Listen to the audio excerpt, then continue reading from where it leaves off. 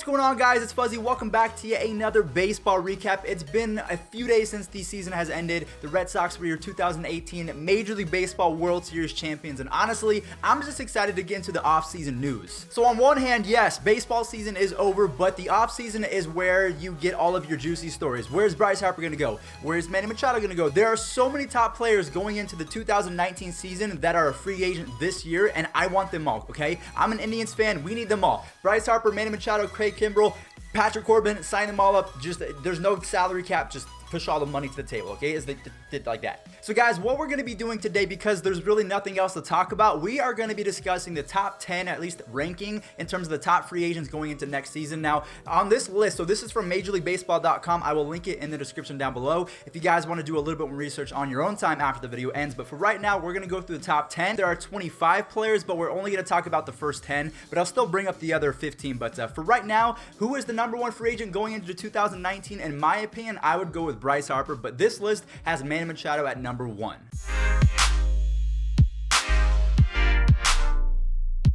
So Major League Baseball has already written an article, so I'm just going to read off the paragraphs and you guys can kind of decide where this player is going to go once I read it. So Manny Machado, he's 26 years old, so he has not even entered his prime just yet. Usually prime for a baseball player is 27 to 29 years old. That's when they reach their peak power, their speed, everything like that. But we are going to kick it off with Manny Machado. Whether he insists on remaining a shortstop or accepts a long-term deal to move back to third base, Manny Machado is poised to cash in this offseason. I think he's going to get 200, now I think he's probably going to get 300 to at least 350 million. Whatever Bryce Harper gets, Manny Machado is going to get the same amount. He had a 5.8 wins above replacement, which means WAR. So we all are obsessed with the WAR stat nowadays. That's why we all love Mike Trout, because Mike Trout, he's already passed so many Hall of Famers in WAR. But Machado isn't eligible to receive a qualifying offer, which means teams won't have to worry about surrendering draft picks to sign him. So if you guys don't know what a qualifying offer means, so for example, a couple years back, the Indians decided to go after Nick Swisher of the New York Yankees. So what we did is we signed him. We signed Nick Swisher, but what we had to do, because it wasn't a qualifying offer, is we had to give up a draft pick. And who did the Yankees take with that draft pick?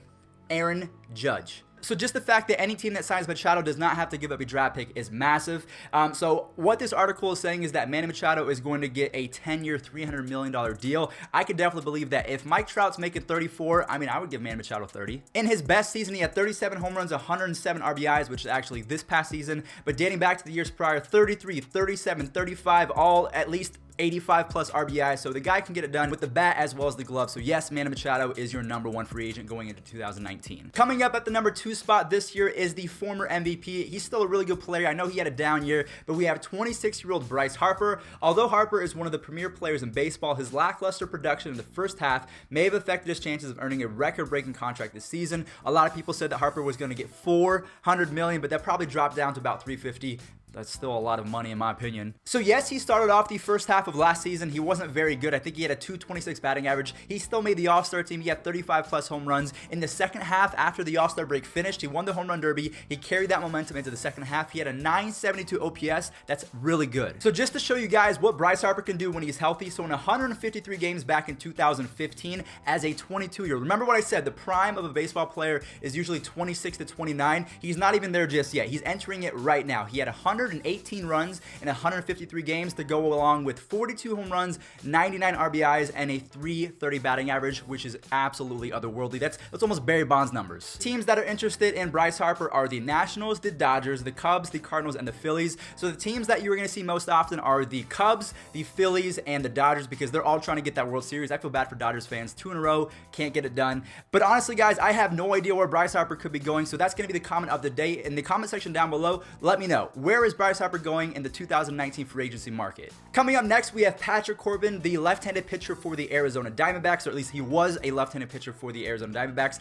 He's 29 years old, which the prime for a pitcher kind of extends longer than a position player. Usually a prime for a pitcher can go into his mid-30s. So Patrick Corbin last year had an amazing year. He had a 3.5 ERA with an 11.1 K per 9, which is really good. So the strikeouts per 9 innings, that's amazing. In 2015, he had a 3.6 ERA. In 2016, he had a 5.5. The next year, 2017, he had a 4.03, and then in 2018, he finally kind of figured himself out with a 3.15. So if I was the Yankees, I mean, I'm sure the Yankees are going to put a lot of money in the pot to try and sign this guy because they do need starting pitching, but just the fact that he is 28 years old, yes, he's entering his prime, but he had a 3.91 ERA for his career is not very good. He was an all-star in 2013 as well with a 3.41 ERA. He does strike out a lot of guys. I'm just not sure with that ERA if he's going to fit in Yankee Stadium, so I would say the best team to sign him is the Yankees, but I'm not sure if it's going to work out. The other teams that are interested in Corbin are the Astros, the Nationals, the Dodgers, Mariners, and D-backs. I would hope that he stay with the D-backs because I feel like the D-backs are going to be pretty good. They still have Zach Greinke. They just signed Eduardo Escobar. They have Paul Goldschmidt unless they trade him away. I've heard a lot of rumors about that, but I would have to assume that Patrick Corbin is going to get at least $120 million, maybe 5 years, so he's about to get paid, probably along the lines of the same contract that Yu Darvish got. To any of you Tri fans out there, I hope that we re-sign this man. The number 4 top-ranked free agent going into the 2019 free agency class is Michael Brantley. This man has put up pretty good numbers. Now, he doesn't have 40 home run potential, but he can pretty much do anything that you want aside from hit home runs. Michael Brantley finally came back healthy last year. He was an all-star in 143 games. He had 89 runs, 176 hits. He had 17 home runs. Again, he's not going to get you too many home runs. 76 RBIs and 12 stolen bases to go along with a 309 batting average. If you need a contact hitter, Michael Brantley is your guy. And if you guys don't remember, he finished 3rd in the MVP back in 2014 behind Mike Trout and Miguel Cabrera, I believe. Don't quote me on that, but in that season, what did he do? He had a 327 batting average with 20 home runs and 97 RBIs. So Michael Brantley, he is one of the best all-around hitters in the game. So the teams that are interested are the Indians, the Yankees, the Mariners, and the Giants. I would say the top teams to sign him are going to be the Indians and the Mariners because the Mariners, they're not too far off from a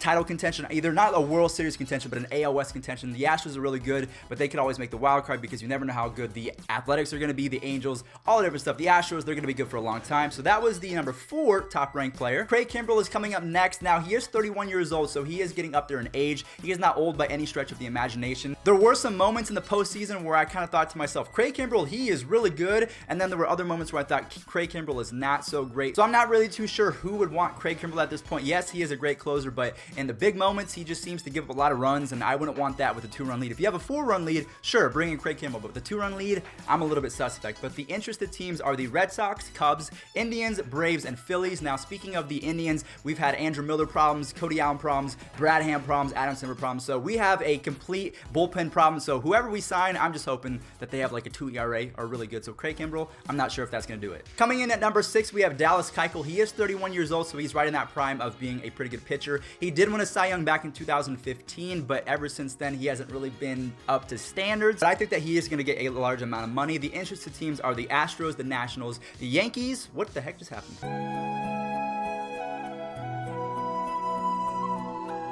The interested teams for Dallas Keuchel are the Astros, the Nationals, the Yankees, and the Dodgers. Coming in at number 7, we have Nelson Cruz, who is 38 years old, but he still hit a good amount of home runs last year, so he can still swing it a little bit. It is reported that the Mariners, A's, and Rangers, his old team, the Rangers, are interested. Nathan Eovaldi, who was absolutely clutch in the 2018 World Series, might have been the MVP if it wasn't for David Price and Steve Pearce.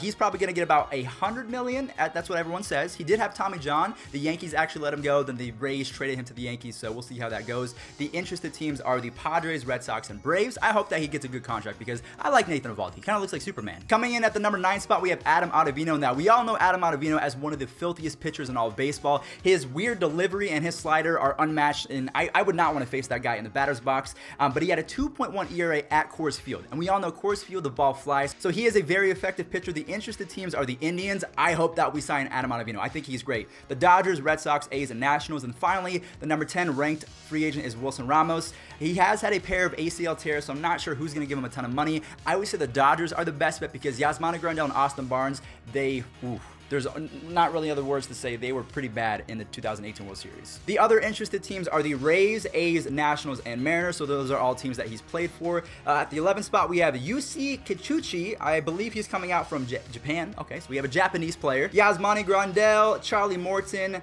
Hanji Ryu, we have Mike Moustakas, AJ Pollock. I would hope that the Indians sign AJ Pollock. I think he's pretty good. J.A. Happ is 36 years old. Georges Familia, David Robertson, Andrew Miller. So there's a lot of players to be had. Zach Britton's even a free agent. So guys, if you want to keep on going, Josh Donaldson, CeCe Sabathia, Daniel Murphy, Marwin Gonzalez. There are a lot of good players that are about to make a lot of money. Now, the one thing I will say about this free agent class is they are very old aside from Manny Machado and Bryce Harper. So guys, let me know in the comment section down below, where do you think these guys are going and which players do you want the most? Let me know your favorite team and all that good stuff. So guys, thank you all so much for watching. I appreciate all of your support. I'll catch you guys in the next one. Peace out.